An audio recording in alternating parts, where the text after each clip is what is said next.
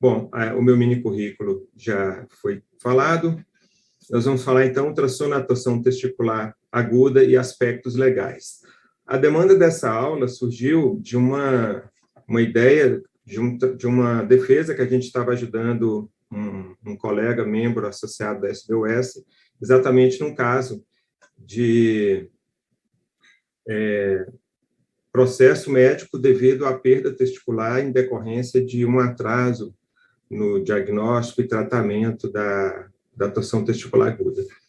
E aí, quando a gente foi ajudar a fazer essa defesa, a gente viu que é uma das situações que mais tem processos e que mais dão perda para o médico, onde o médico mais paga indenização.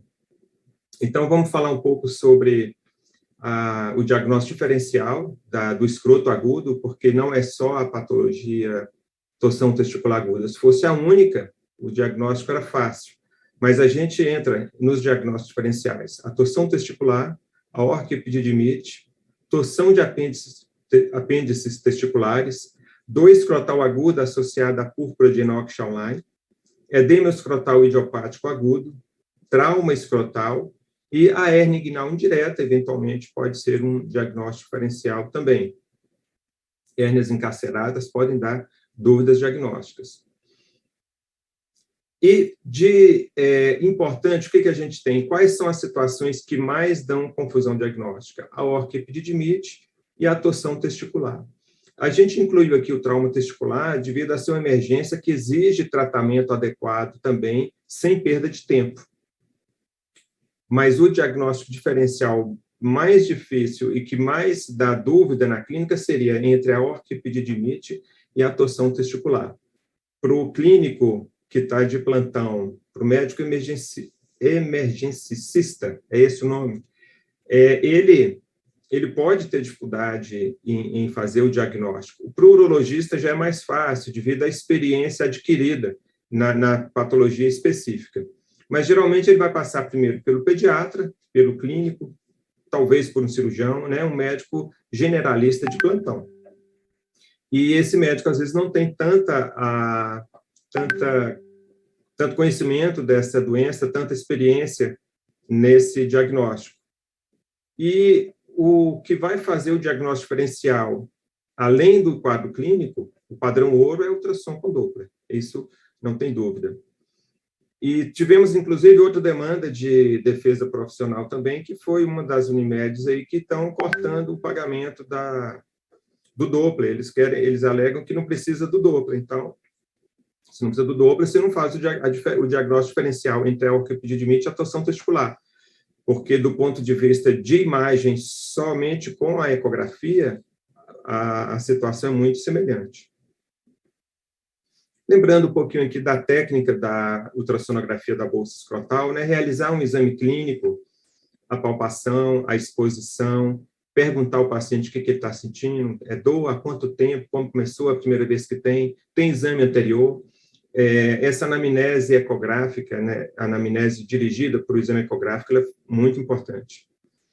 Vamos precisar de um transdutor de alta frequência, com Doppler colorido e Doppler de amplitude, paciente deitado em decúbito dorsal, uma toalha por baixo do escroto pode ajudar, ou sobre o pênis, ou pede o paciente para segurar o pênis e puxar um pouco para cima, para puxar o escroto um pouco para cima. O Doppler, lembrar que é necessário ajustar o equipamento para fluxo lento, reduzindo o PRF, reduzindo o filtro e aumentando o ganho de cor. E comparar com o outro testículo. Então, muitas vezes, se você está num aparelho que você não está habituado com ele e você vai começar a regular, regula primeiro visualizando o testículo que está assintomático. Se conseguiu captar a cor bem com ele, aí você tem que captar de forma igual no outro lado. E aqui, só para a gente comparar, olha essa primeira imagem, em que eu capto um pouco de vasos ao redor. Isso aqui não é um testículo, é a tireoide. É um paciente com tireoidite de Hashimoto, para a gente mostrar que esses parâmetros vão servir para qualquer patologia, para qualquer órgão, né? Saber ajustar o Doppler é fundamental para qualquer exame. E quando você ajusta, diminui o PRF, olha que você capta aqui muito mais. Aqui também, ó, é um vídeo, você começa com o PRF alto e vai abaixando, olha como que aumenta a captação. Isso aqui é um gânglio, um linfonodo atípico.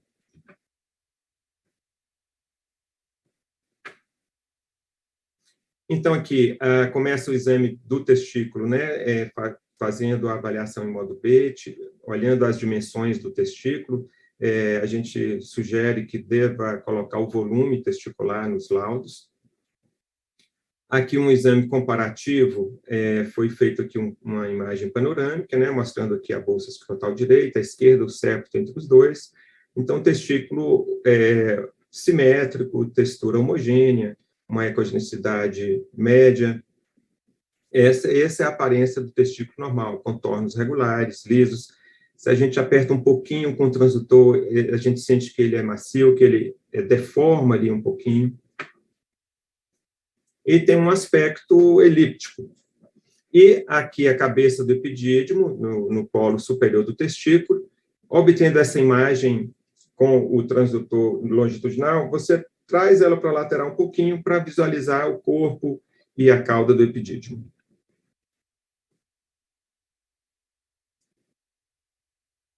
Aqui, então, um corte transversal com Doppler colorido, um corte longitudinal. Aqui, só para relembrar a anatomia vascular do testículo. E aqui um paciente em que, do lado esquerdo, a gente não captou, e do lado direito a gente captou um fluxo adequado. Então, nós regulamos primeiro do lado direito, para depois fazer do lado esquerdo, porque o lado esquerdo é o dolorido. Então, a ausência de captação de fluxo, a gente vê que o testículo está mais abaulado, ele tem um aumento do diâmetro anteposterior, ele sai de um aspecto fusiforme para mais globoso, mais ovalado, ao invés de mais elíptico, mais ovalado, e a ecogenicidade diminuída. Então, essa é uma situação aqui de torção do cordão espermático, e o testículo isquêmico exige uma intervenção, um tratamento imediato. E essa imagem é fundamental, você colocar no mesmo corte os dois testículos, e aí você prova que realmente não tem captação nenhuma. Isso aqui, para você registrar no laudo, é fundamental. Se alguém questionar depois que o seu diagnóstico não foi correto, com essa imagem aqui, você prova. Com essa anterior, alguém pode alegar, não teve captação direito, você não regulou direito, mas se a gente lê nas bordas da imagem, está tudo escrito. De qualquer forma, essa imagem aqui, ela é muito didática. E os achados clínicos? Bom, tem uma incidência aumentada na infância e adolescência. A gente pega muito caso de criança e adolescente realmente no dia a dia. Um paciente que vai ter uma dor súbita testicular, às vezes ele pode acordar com essa dor. A dor pode ser intensa, levando a náuseas, vômitos. No exame físico, a gente vai encontrar edema escrotal, massa palpável, amolecida, ausência de reflexo cremastérico, o testículo de aspecto horizontalizado, e às vezes a dor pode piorar com a elevação manual do testículo, às vezes não. Muitas vezes, para o urologista experiente, ele encontra essa situação e faz o diagnóstico. Mas, do ponto de vista de se defender, ele vai querer se defender com um exame de ultrassom com Doppler. E no nosso serviço que a gente trabalha, no hospital, a nossa resposta tem que ser em 1 hora. Se eu tiver de plantão no hospital me chamar, eu tenho que chegar lá em 1 hora. Se eu estiver no hospital, tem que passar ele na frente, na agenda, e atender esse paciente, porque o tempo é crucial. O ideal é que ele seja tratado até 6 horas. Né? Então, isso aqui é conhecido de todos nós, mas vamos relembrar. As taxas de salvamento testicular são cerca de 80% a 100% dentro de 5 a 6 horas do início da dor até a conduta médica efetiva para a resolução do quadro. Existe o urologista experiente, depois o Léo me desmente aí se eu estiver mentindo, ele consegue desfazer manualmente e às vezes não, às vezes tem que fazer a intervenção cirúrgica. Mas mesmo ele desfazendo manualmente, esse paciente tem risco depois de voltar a ter essa torção, porque ele tem um defeito ali na fixação e deve ser corrigido cirurgicamente. Então, já fica a primeira pergunta aí para o Léo, para o final na discussão. 70% dos testículos vão ser salvos em 6 a 12 horas, e 20% após 12 a 24 horas, até 12 a 24 horas. Né? Após 24 horas do início da dor, a porcentagem de salvamento testicular mostra-se praticamente insignificante. Então, a gente teve um caso que o paciente chegou para o hospital com 48 horas, e naturalmente que o testículo dele não poderia ser salvo mais, já que ele estava com essa dor há mais tempo. De qualquer forma, a gente tem que sempre trabalhar contra o tempo. A gente não deve passar 6 horas, porque depois ele pode alegar que não, que a dor foi e melhorou, que torceu, distorceu, a gente nunca sabe o que vem depois. Então, atrasos no diagnóstico, erros de diagnóstico e perda testicular têm grande repercussão judicial, levando o médico, em especial o urologista, a responder judicialmente por tais demandas, tornando, portanto, de extrema importância o diagnóstico e a conduta correta de tal emergência. Então, aqui, o nosso papel é fundamental de ajudar o urologista ou o médico plantonista a fazer o diagnóstico, fechar esse diagnóstico, se tem torção ou não. O cordão espermático ou funículo espermático, ele contém ducto deferente, as artérias espermáticas interna e externa, a artéria do ducto, plexo venoso pampiniforme, vasos linfáticos e nervos.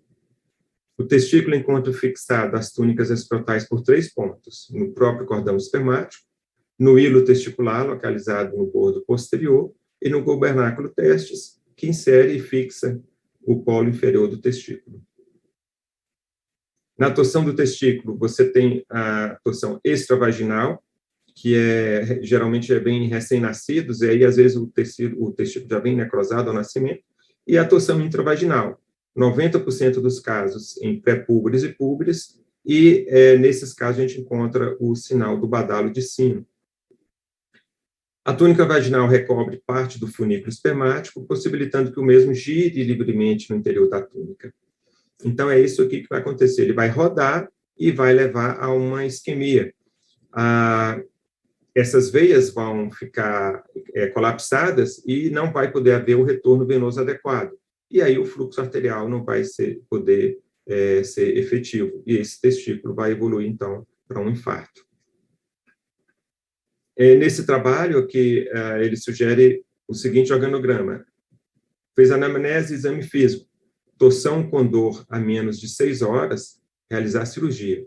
Mas, se não tem certeza do diagnóstico, realizar ultrassonografia com Doppler. Mesmo que o médico tenha certeza que é uma torção, às vezes é difícil convencer um paciente que ele deva ser submetido a uma cirurgia sem um exame complementar para comprovar. E o próprio médico também hoje não quer se submeter a esse risco de sofrer processo depois. Eu lembro que há uns 20 anos eu estava de plantão no Mater Dei e chegou um paciente, eu fui atender e ele tinha consultado em outro hospital. No outro hospital, era um hospital público, inclusive, ele não tinha Doppler. Fizeram a proposta para ele de fazer uma cirurgia para explorar. Não deram o diagnóstico. Pode ser uma torção, pode ser epididimite, mas se o paciente não entendeu isso. Ele chegou para mim revoltado. Queria me operar sem saber. Aí eu expliquei de novo. Talvez ele tivesse entendido, né? Era um adolescente, então aí entra mãe, pai, família. Eu expliquei, eles tinham razão, porque se tiver uma torção, a única opção é tratamento cirúrgico para não perder o testículo. Mas era uma orquiepididimite. Então, realmente, ele teria sido submetido a uma cirurgia desnecessária. Mas é que o hospital não tinha ultrassom com Doppler.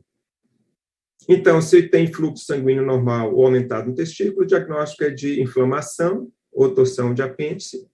Se tem ausência de fluxo sanguíneo ou diminuição do fluxo sanguíneo no testículo acometido, o diagnóstico é de torção do cordão espermático e a conduta é a cirurgia.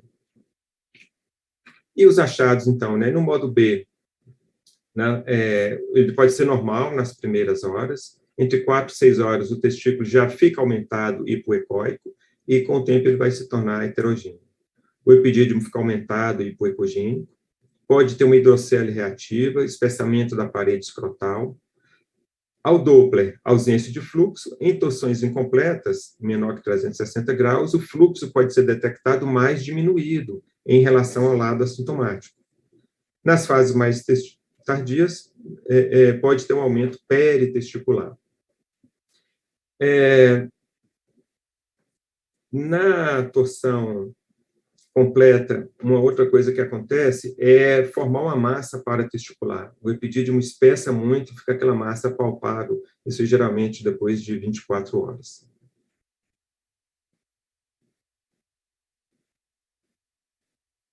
Aqui ficou repetido. Então, aqui é uma torção incompleta, em que a gente encontra fluxo, mas um fluxo reduzido. Olha, quase não se detecta, você tem que diminuir, olha, a escala diminuiu aqui para 8 centímetros por segundo, então fluxo de 1 centímetro por segundo, tá? Um fluxo de 2 centímetros por segundo, difícil de detectar, e já com a massa paratesticular aqui. Aqui, um comparativo aqui, uma outra... Não, esse aqui é o comparativo, o lado direito, com a captação normal. Aqui uma torção com mais de 24 horas de evolução e o testículo direito aumentado e sem fluxo nenhum. E uma verdadeira massa paratesticular. Esse aqui, mais de 24 horas de evolução, fluxo ausente, uma massa paratesticular. E, do ponto de vista clínico, esse aqui não é do mesmo paciente, tá? Essa foto aqui é de um trabalho, e aqui é de um caso que eu tive. Você pode encontrar, então, sinais inflamatórios. Isso aqui, clinicamente, não dá para diferenciar com segurança de uma orquiepididimite. Mas, então, aqui aqui é de um trabalho publicado, aqui é o achado cirúrgico, e aqui é antes da cirurgia. A torção testicular é uma emergência urológica bastante frequente, que necessita intervenção rápida para evitar a perda do órgão cometido. Diagnóstico precoce e tratamento cirúrgico imediato habitualmente preservam a função testicular. Se fosse para alguém assistir só 1 minuto de aula, devia escutar só isso aqui. Isso aqui é o mais importante, seria assim, o que eu não posso esquecer de levar para casa. E essa imagem da perda testicular, para a gente realmente ficar chocado com isso, que ninguém quer perder o testículo.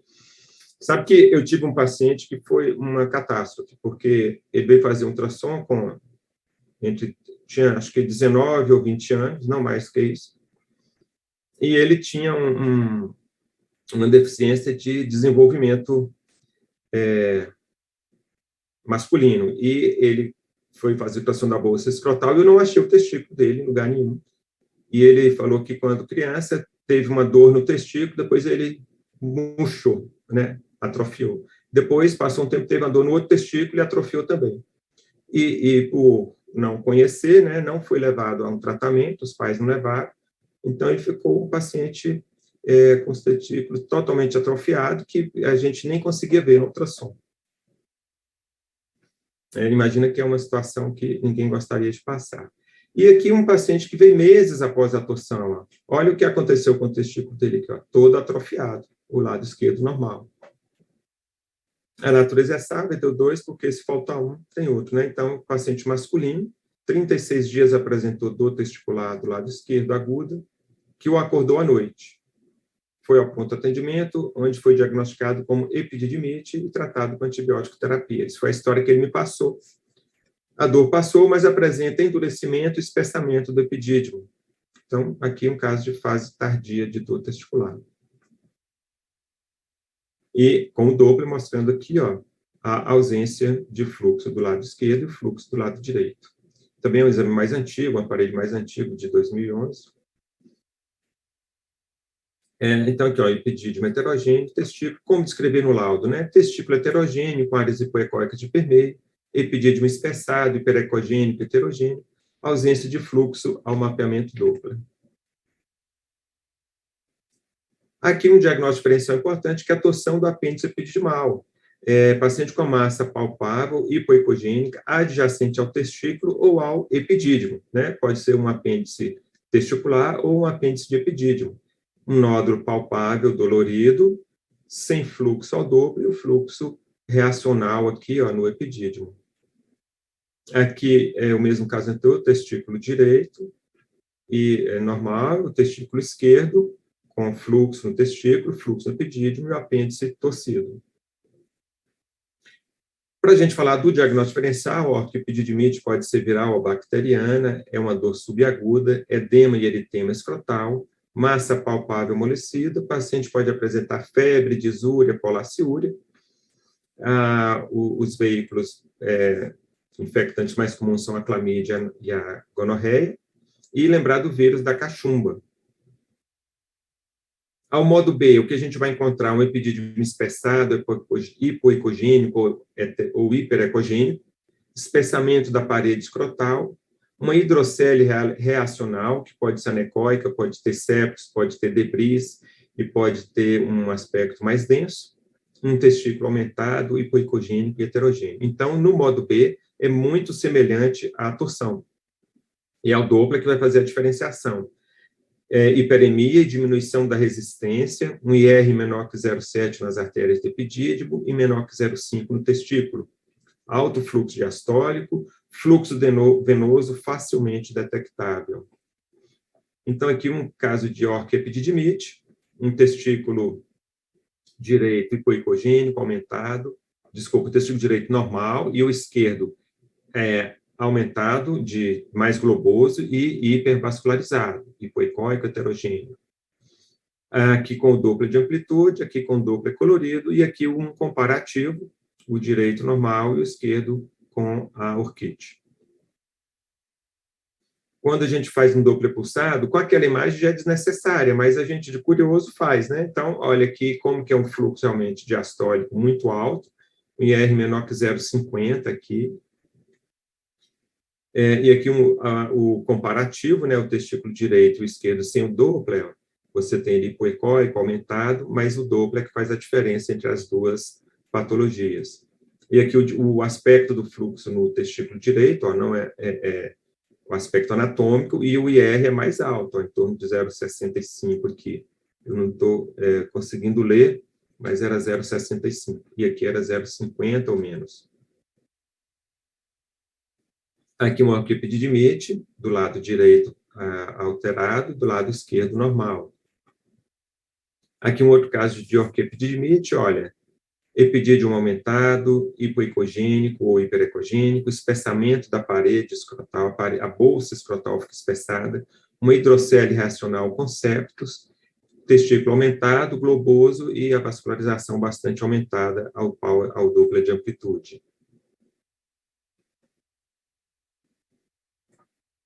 Epidídimo também, ó, espessado, o direito normal, o esquerdo espessado. Espessamento da parede, olha aqui, a bolsa escrotal fina e ela espessada. Aqui o epidídimo com pouca vascularização e hipervascularizado. Então, orquiepididimite. Pode ser só epididimite também? Pode. E só orquite? Eu nunca vi. É extremamente raro. Geralmente começa no epidídimo e evolui para o testículo. Aqui o lado direito normal, o esquerdo aumentado, com a hidrocele racional. Essas imagens têm que ser bem documentadas, para você. O que a gente vê e descreve no ultrassom tem que estar bem documentado. Aqui uma epididimite de cauda, só a cauda do epidídimo espessado e com aumento de vascularização. Falar um pouquinho do trauma testicular, o que a gente pode encontrar na fase aguda hiperecogênico, no hematoma, pode encontrar hematocele, uma coleção densa, conteúdo heterogêneo com septos e debris. E na fratura, você pode encontrar uma banda hipoecogênica e linear que atravessa o parênquima, pode ter contornos regulares se a túnica albugina estiver intacta, áreas de ausência de fluxo, se tiver ausência de fluxo, é mandatário a intervenção cirúrgica, porque aquela área vai ficar isquêmica e vai necrosar. Se tiver ruptura da túnica albugínea, vai ter a interrupção da túnica, bordas do testículo irregulares e ausência de fluxo ao Doppler. Então, um caso que a gente entendeu aqui no pronto-socorro no hospital público que eu trabalhava, paciente masculino, 21 anos, trauma testicular, 2 dias atrás, 2 dias antes do exame, ele freou a moto e muito brusca, porque tinha um acidente na frente, alguma coisa que fez ele frear bruscamente, ele foi para frente e o testículo dele imprensou contra o tanque da moto. E isso é relatado que é uma uma causa frequente de acidente com trauma testicular. Aqui a mesma imagem, ligando uma outra função do aparelho para ficar mais homogênea a imagem. A gente vê aqui uma hematocele, uma irregularidade do testículo aqui, a túnica albugina interrompida aqui, e fluxo diminuído aqui no testículo. A gente faz um comparativo, o testículo esquerdo bem vascularizado, e esse aqui você tem vascularização nessa área que está quase sendo exposta, mas ausência de fluxo aqui. Por quê? Esse hematoma, esse edema pode comprimir o parênquima testicular. Aqui o testículo traumatizado no polo superior, a túnica íntegra, e aqui a túnica aberta, né, com exposição do parênquima. Aqui um vídeo mostrando a diminuição do fluxo. Aqui o vídeo com Doppler colorido. Você vê que o Doppler de amplitude é melhor. Um vídeo passando num corte transverso, você começa no polo superior e vai descendo. Importante fazer esse exame dinâmico. Polo superior íntegro e aqui a túnica albugínea rota.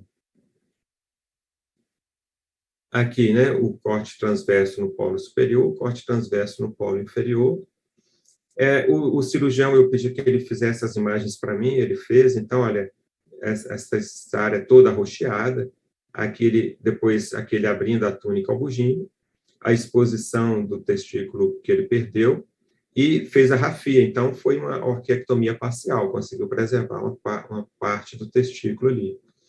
Aí eu peguei a imagem do ultrassom para a gente comparar que nosso ultrassom, comparado com a imagem anatômica aqui, é bem fidedigna, né? O lado normal aqui, e o lado alterado aqui. Aqui eu vou passar rapidamente, só para mostrar o que a gente encontrou em alguns outros trabalhos. Olha, esse aqui foi um trabalho de enfermagem, mas olha que interessante, o que a enfermagem colocou? O padrão de atendimento para um paciente com dor testicular aguda é uma ultrassonografia Doppler e uma consulta de urologia de emergência para descartar a possibilidade de torção testicular, né? É aquela equipe multidisciplinar treinada para receber esse tipo de caso. A torção testicular emergência urológica, que afeta 3,8 por 100 mil homens menores de 18 anos. E a atenção imediata a essa emergência urológica diminuirá os riscos à viabilidade testicular. Outros trabalhos de aspectos médicos legais, esse estudo aqui da Urology de 2001, devido à incerteza diagnóstica, atrasos no diagnóstico e tratamento, erros de diagnóstico e perda testicular resultante, foi feita uma revisão. Eles separaram aqui todos os arquivos de 1979 a 1997 em Nova Jersey, foi revisado retrospectivamente e olha o resultado. Dos casos que eles selecionaram, pagamento de indenização em 67% dos casos, sendo que 96% foi acordo. O médico sabia que ia perder, fez acordo. Em 13 casos, 33% foi a favor dos médicos. Então, foi os casos que o médico não tinha culpa naquela perda testicular. Esse resultado, o pagamento médio de indenização foi de $45 mil. Os urologistas foram os mais citados, 48%. O diagnóstico errôneo de epididimite foi o mais citado, 61%. Idade média dos pacientes, 24 anos. A queixa inicial atípica foram comuns, a causa de erro, o caso que não é típico, né, por isso a importância do Doppler, foi 46%. As principais responsabilidades por sinistros pagos foram erro de diagnóstico, 74%, atraso ou falta de encaminhamento, 48%, falta de um exame radiológico, 19%, falha na exploração já é menor, 13%, e erro na técnica também já é menor. Esse outro trabalho aqui, eu acho que também já estou com 30 minutos, não vou demorar mais, vou direto aqui para a conclusão. Foram identificados 52 casos relevantes para este estudo, 51% dos processos relevantes foram julgados a favor do réu, sendo 49% restante envolveu pagamento de indenização, 13% foi liquidado. Então, os urologistas foram os mais processados. Conclusão, a torção testicular é uma condição delicada e requer expertise na avaliação e tratamento. Quando os médicos de emergência optam por não consultar um urologista para uma possível torção, eles se expõem ao risco de litígio. Quando um urologista está envolvido em litígios de torção, eles raramente são mal-sucedidos em sua defesa. Finalmente, o ultrassom não é a garantia de sucesso contra litígios. Olha que coisa, hein? Bom, isso aqui é resultado de um trabalho, mas o que a gente tem hoje para se defender é fazer ultrassom com Doppler dentro do prazo razoável aí, a gente tem que ter essa disponibilidade nos hospitais.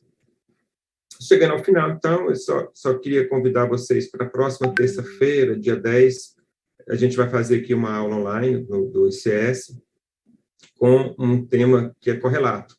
Patologias do cordão espermático, como avaliar com ultrassom com Doppler. Tá? Quem quiser participar, olha lá no meu Instagram. E na semana que vem a gente tem um curso, a gente vai ter um curso online de parede abdominal e Doppler e um curso de presencial também, de 9 a 11 de maio. Então, depois, quem tiver interesse, pode entrar em contato com a gente aqui, meus contatos aqui. E muito obrigado, pessoal.